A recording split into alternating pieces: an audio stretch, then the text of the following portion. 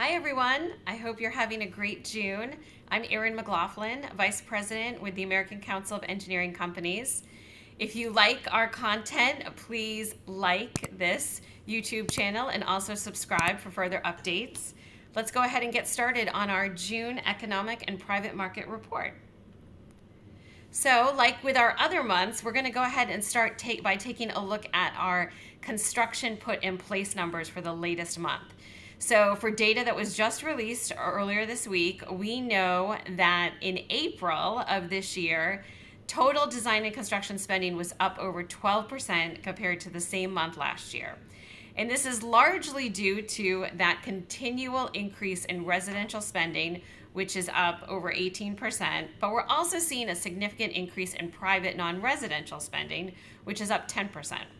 Public spending is still pretty flat, but it's not declining, and that's hovering just under 2% for the month of April year over year.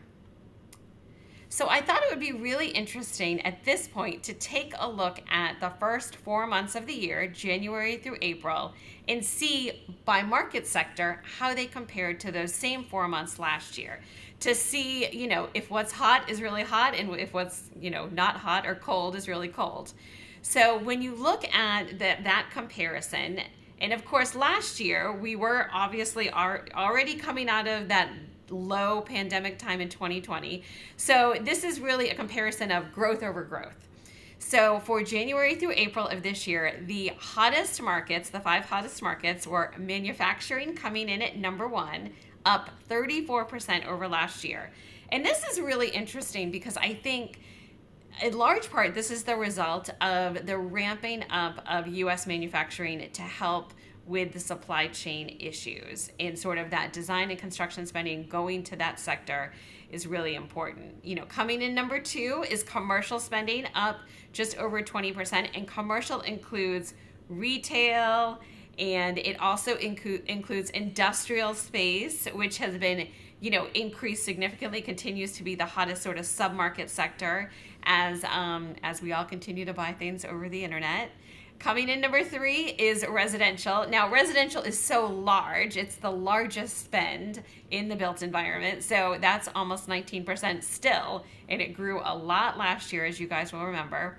Coming in number 4 is conservation and development. And, that's sort of government speak for dams and levees, wetlands, dredging, sort of that water in the wild kind of work. And that's up over 17%. And then coming in number 5 for hottest market is wastewater, sewage and waste disposal. And I can definitely see how that category supports growing residential, as we know, and we expect that may also continue to grow as IIJA spending really ramps up and continues. Now, let's look at the coldest ones. And, I think this is really interesting because it continues our theme of the markets that are still suffering are those that suffered, due to lack of being together and being able to, gather en masse during the pandemic. So even though we've been, coming out of the pandemic for some time, the suffering on the financial side for some of these institutions has created sort of a lack of spend in design and construction. So our 5 coldest markets are number 1, public safety, and that's also about sort of a re-looking at the policies around criminal justice, corrections, etc. Number 2, lodging. Even though people are traveling for pleasure, many folks are Zooming into their meetings where they used to travel for business. Number 3 is religious institutions. This is a pretty small category, but again, we did not gather en masse during the pandemic, and revenues are probably down at a lot of religious institutions. Number 4, educational, and then educational sort of evening out is only down just under 3% for the first 4 months of this year compared to last year.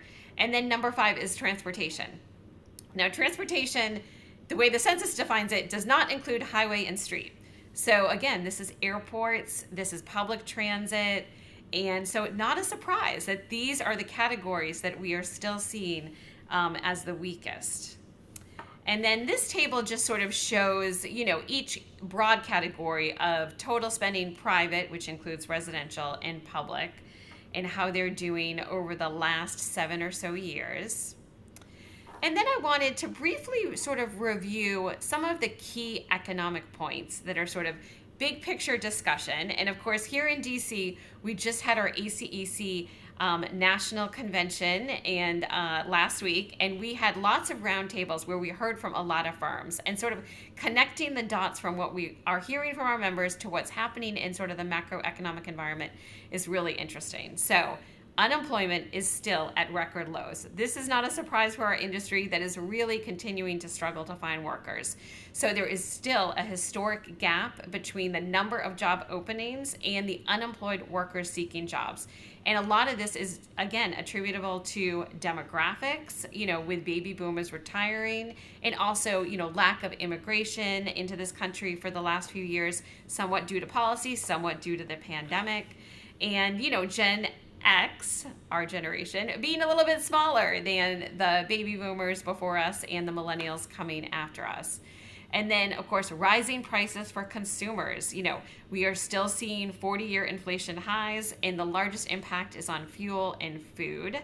And this is sort of impacting consumer confidence, but let's face it, everybody still needs to buy, to a degree, gasoline and groceries. So, although consumer confidence is waning, a lot of money is still being spent. But besides rising prices at the gas pump and the grocery store, we're also seeing rising interest rates for homes. However, housing is still in such demand. And again, that goes back to demographics in large part. Prices went up 20.6% year over year. That's the latest data from March of 2021 through March of 2022, according to the S&P CoreLogic Case-Shiller National Home Price Index. That was released last week.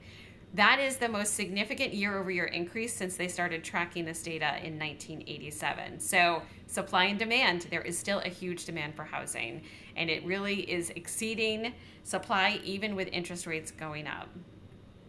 With that, I will leave you with a link to where you can access all of our monthly presentations, information on us meeting and convening for our private market symposiums, our briefs, our column in Engineering Inc. magazine, and also our podcasts. With that, thank you. Bye.